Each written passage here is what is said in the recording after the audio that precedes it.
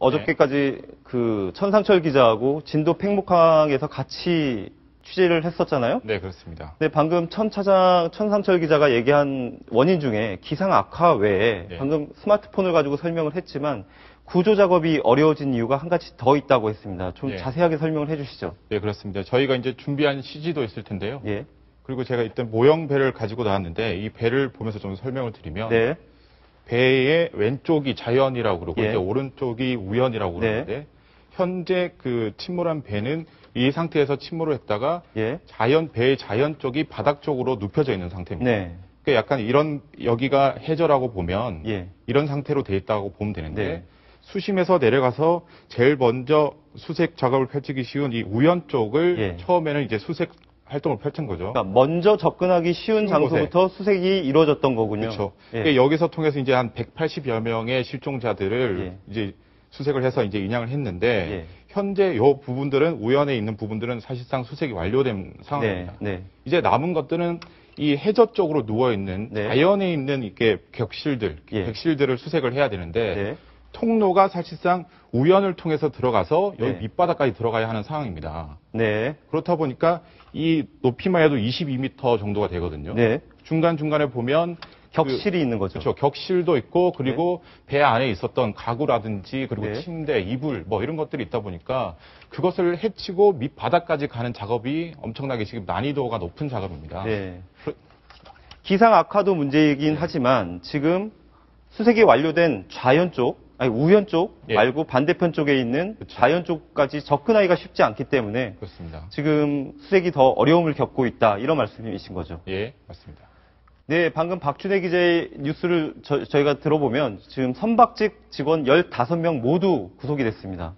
그런데 그 중에서 이제 첫 번째로 탈출을 해가지고 논란이 됐던 이준석 선장 계속 논란이 되고 있는데 저희 동아일보 기자가 당시에 탈출 직후에 만나봤더니 그러니까 구조자들이 모여있는 그런 대피소에서 누워있으면서 거기서 돈을 말리고 있었다. 이런 내용의 뉴스가 나온 적이 있었는데 저희가 사실 이준석 선장의 반론이나 해명을 듣기가 어려운 상황입니다.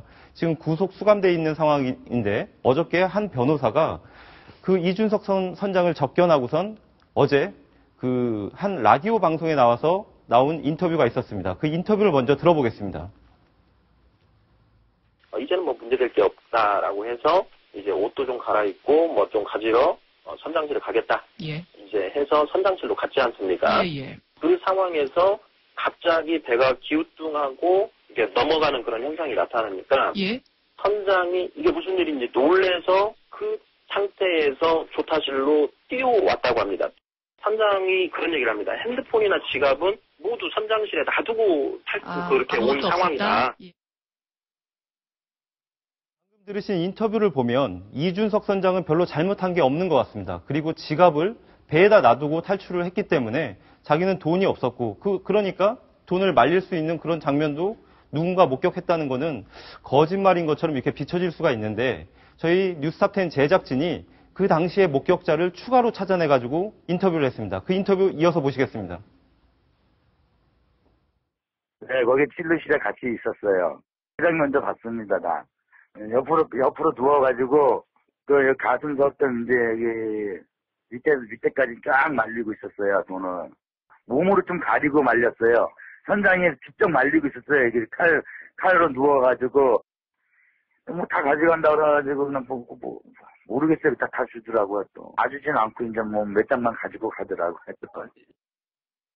저는 다른 언론에서는 네. 그 해당 그 병원의 의사가 네. 저 선장의 당시 돈을 말렸던 모습을 직접 목격했다는 인터뷰도 이미 나온 바가 있고요. 네. 이번 계기를 통해서 저 선장의 어떤 그 개인적인 문제뿐만 아니라 네. 사실 그 대형 항공기 같은 경우에는 조종사가 그날 몸이 안 좋다던가 아니면 네. 정신적으로 지금 도저히 컨디션이 안 된다던가 하면 네. 항공을 운전하지 못하게 돼 있습니다. 네, 그렇죠. 그런데 이렇게 큰 어떤 배를 운전하는 이 사람의 경우에는 네. 정신적인 인지 능력이 상당히 문제가 있다는 게 속속 드러나고 있잖아요. 네.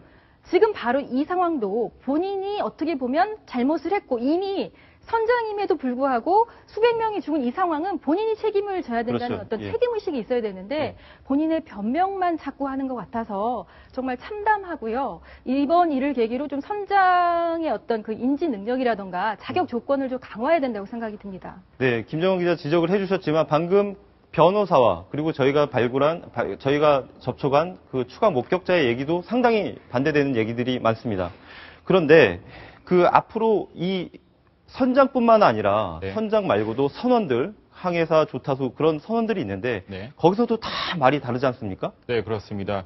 현재까지 200여 명에 가까운 사망자가 발생했고 아직까지 100여 명의 그 실종자들은 생사도 확인되지 않은 상황인데 누구 하나 책임지려는 사람이 없는 현실이 네. 되게 안타까운 현실입니다. 그리고 선박직 선원 같은 경우에는 서로가 살겠다며 배에서 먼저 뛰쳐나온 다음에 검경 수사에서도 자기 잘못이 아니다. 그리고 기계가 이상했다. 이런 식의 진술들만 계속해서 내놓고 있는 상황이라서 기계 탓, 남 탓만 하는 이게 급급한 선원들을 보면서 되게 가슴이 아픈데요. 지금 저희가 CG를 준비했는데 이게 세월호에서 선박직 직원 15명의 현황이었지 않습니까?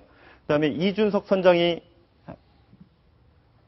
한 명이 있고 그다음에 오늘 방금 들어온 소식인데 3등 항해사 1명 그리고 조타수 1명이 네. 이미 구속된 상태에서 검찰로 검찰로 예. 송치가 됐다는 얘기가 들어오고 있습니다. 예.